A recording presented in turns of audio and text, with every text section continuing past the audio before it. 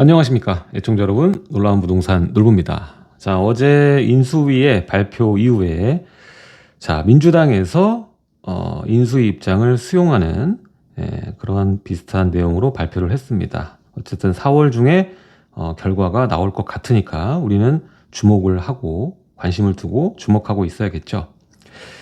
자, 일단은 어제 얘기를 했을 때 어차피 이 양도세 중과에 대해서 강하게 추진하겠다고 얘기를 했고요. 중과 완화죠.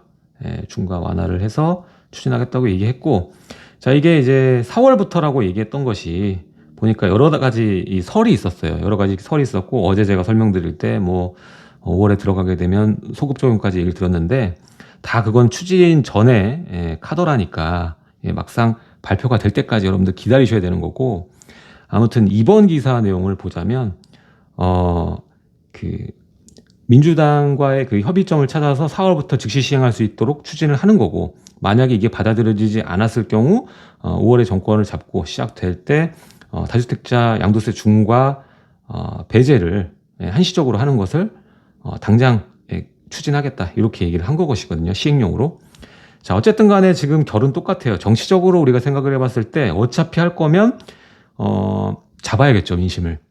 그러면 여기서 인수위에서 제안한 것을 그냥 캔슬하기보다는 어차피 5월 달부터 시작될 것이기 때문에 받아들이는 것이 정치적으로는 더 좋은 전략이라고 볼 수가 있습니다. 따라서 거기에 맞춰서 수용 발표, 입장 발표를 한 것 같고요.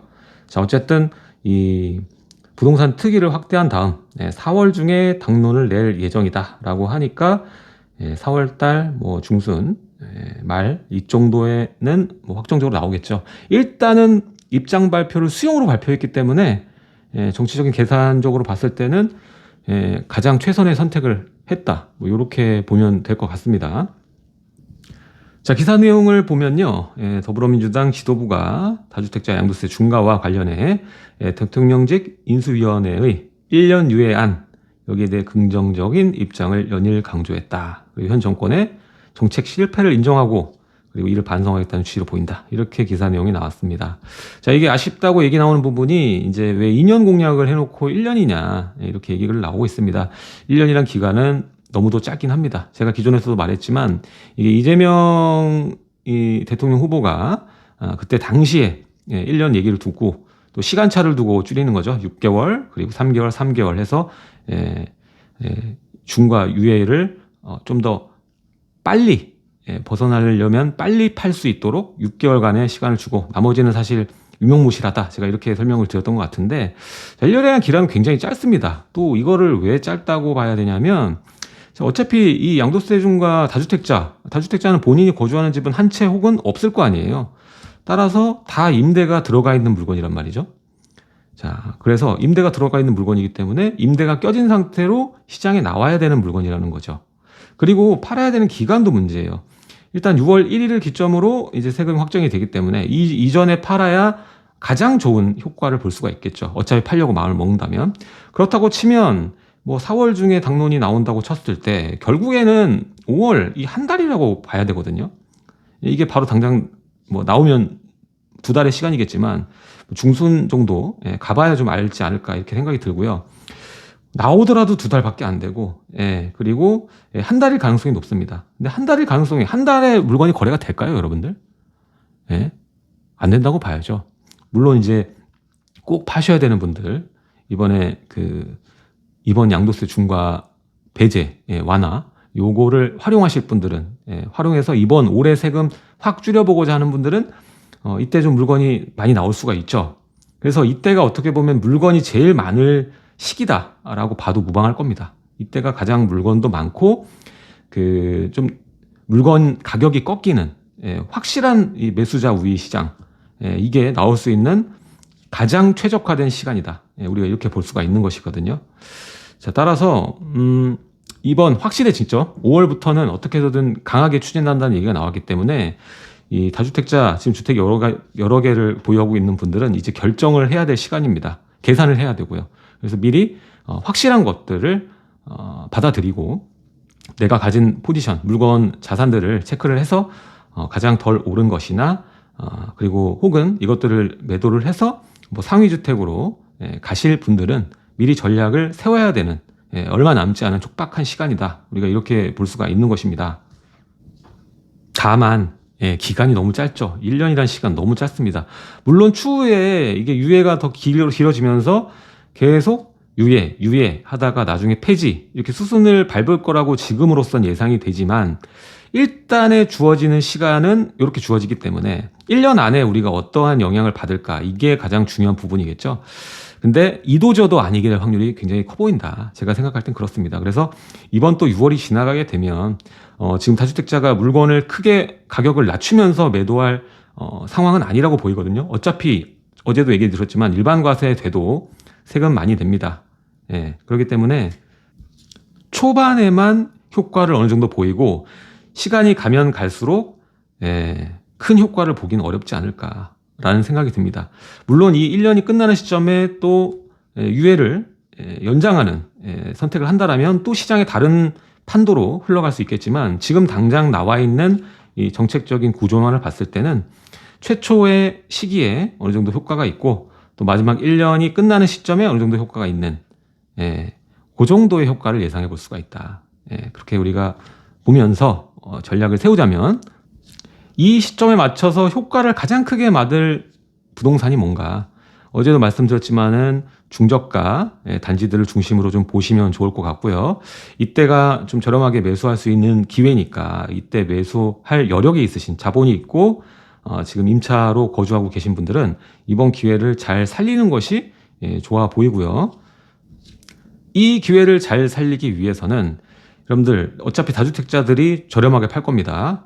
이제 얼마 전 시장은 아닙니다. 지금까지는 1주택자들이 갈아타기를 하면서 비과세를 볼 목적으로 나오는 물량들이 적체된 지역이 좀 가격이 내려왔다라면 앞으로는 다를 겁니다.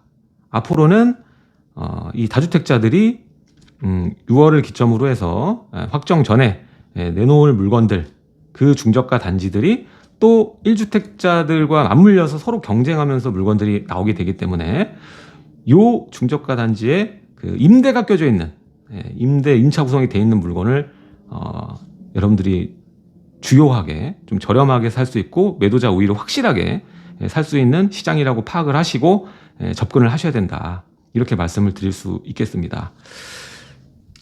그래서 가장 얘기 드리고 싶은 게 뭐냐면 일단 1주택자들은 괜찮은데요. 무주택자 분들 같은 경우 등기를 한 번도 쳐본 경험이 없으신 분들은 이 고정관념이 있어요. 내가 거주해야 내 집이다.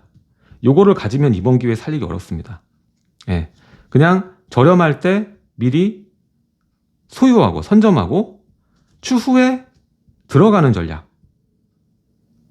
그래서 초반에 임대가 껴진 상태의 주택을 볼 때 제 자본에 맞춰가지고 전세 끼울 정도, 전세 껴져 있는 상태에서 나머지 금액만 맞출 정도의 최선의 그 주택, 그거를 사서 접근하는 것이, 소유하는 것이 추후에 자본을 모아서 이제 입주까지 그 중간 단계에 뭐 대출 완화나 이런 여러 가지 또 시장 공략들이 있잖아요. 그런 것도 염두에 두시면서 미리 최선의 주택을 사는 것이 가장 좋은 전략이라고 좀 얘기를 드리고 싶습니다. 또 내가 거주할 주택 그 안에서 뽑는다고 1주택자 물건들 뭐 이런 것들 가격 서로 경쟁하면서 낮아진다고 바로 입주 이게 싸긴 싼데 내가 입주 안 되니까 나는 그냥 이거 살래 이렇게 하지 마시고 지금 이게 앞으로 어떻게 될지 모르는 기회고 당장 눈앞에 임대가 상승은 뻔하거든요. 임대가랑 매매 시장의 임대 시장은 같이 봐야 되는 게 있고 달리 봐야 되는 게 있는데 이런 거주 입장에서 봤을 때는 전세와 매매는 떨어뜨려서 봐야 되는 거예요. 그래서 지금 당장 이 매매 시장이 이렇게 다주택자 중가가 완화돼서 시장에 물건이 나오면 임대가가 싸진다 이런 생각을 하지 않으셨으면 좋겠어요. 그리고 혼돈의 장이 예상이 되니까 여러분들이 지금부터 마음의 준비를 하시고 내가 어떤 전략을 피실 거냐 이렇게 생각을 해야 되는데 무주택이신 분은 계속 청약만 기다리고 그러시기보다는 이번 기회를 잘 활용하는 것도 좋은 전략이 될 거라고 보이니까 꼭 내가 거주해야 내 집 아닙니다. 내가 미리 가져놓고 4년 뒤에 6년 뒤에 거주해도 내 집입니다. 그러니까 미리 지금 자본으로 최선의 주택을 선택해서 본인 소득 모아가지고 또 대출 완화되면 그것까지 활용해서 전략적으로 최고의 선택이 될 수 있게끔 지금 미리 전략을 세우는 것이 좋다. 이렇게 좀 말씀을 드리고 싶습니다. 자, 결론적으로 말씀을 드리면요. 이번에 1년, 이번 1년, 첫 1년이라고 봐야겠죠? 이 1년으로는 큰 효과를 거두기는 어려울 것 같다. 이걸 하락으로 끌어내리긴 어려울 것 같다. 왜? 일단 일반 세율만 내도 무시 못하죠? 일반 세율도 그동안 이만큼 급등했기 때문에 쉽게 팔기 어려운 수요자가 많다. 그리고 그 수요자들 중에 이미 세팅이 끝난 분들도 많다. 증여나 뭐 이런 다른 전략을 통해서. 자, 그리고 지금 이 다주택자 중과 완화로만 시장 가격을 흔들 수 있기에는 부족하다는 것은 뭐냐면 입주 물량이에요. 입주 물량이 그 어느 때보다 부족하고 앞으로 당장 2, 3년 동안은 계속 부족한 상황을 유지할 것으로 보입니다. 예, 그렇기 때문에 이 기존 물량의 그 유통량을 조금 증가시킬 수 있는 전략이라고 볼 수는 있겠지만 크게 이 시중의 물량을 늘리기에는 부족해 보이지 않나 이런 생각이 들고요. 일단 1년이라는 것도 너무 어차피 나중에 연장하면 된다지만 너무 시그널이 약한 것 같아요. 뭐 2년으로 하는 게 더 전략적으로 옳았을 것 같다는 생각이 드는데 어쨌든 단계적으로 지금 입힐 것으로 보여지는 상황이기 때문에 우리가 두고 지켜봐야겠습니다. 자, 그래서 지금 이 정도면은 관망하는 수요가 더 많을 것 같아요. 일단 또 매도하려고 전략 잡아보고 세무사한테 물어보니까 일반 세율로 해도 세금을 많이 낼 것 같습니다. 예, 그리고 보통 보면은 이번에 다주택자 분 중에서 물건을 내놓으려고 생각하는 분들은 장기 보유자보다는 단기적으로 가져오신 분들이 더 많을 거라고 생각이 들고요. 자, 그런 분들 케이스의 경우에는 일반 세율 맞아도 지출이 크다. 그러면 내 자산의 축소에 들어갈 수밖에 없고, 축소에 들어갈 수밖에 없겠고, 그리고 이게 축소된다 한들 이들이 이거를 정리하면서 채수를 줄이는 똘똘한 한 채나 채수를 줄이는 전략을 잡더라도 이 주택들의 수요가 몰리면서 시장, 매매 시장에 큰 전반적인 하향 안정성을 가져오기에는 부족하다. 이 하나로는 안 된다. 이렇게 결론을 내리겠습니다.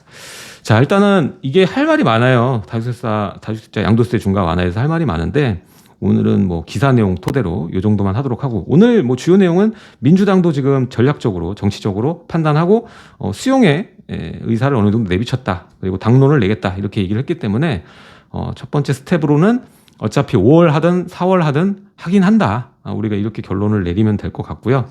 확정되기 전까지는 아무것도 하면 안 되지만 그 전에 여러분들이 전략은 세워야 된다. 생각은 하고 있어야 된다. 내가 어떻게 할지.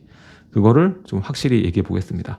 자, 이 다주택자 중과 완화에 대해서 준비하는 내용은 제가 또 다음 주 수요일 날 원래 다른 강의 하려고 했는데 모르겠어요. 지금 제가 그때 어떤 강의를 할지 바뀌기 때문에 다음 주에는 이 다주택자의 중과 완화를 했을 때 시장에 벌어지는 현상 그리고 우리는 어떤 지역을 봐야 되는지 거기에 대해서 강의를 또 진행을 해볼 생각입니다.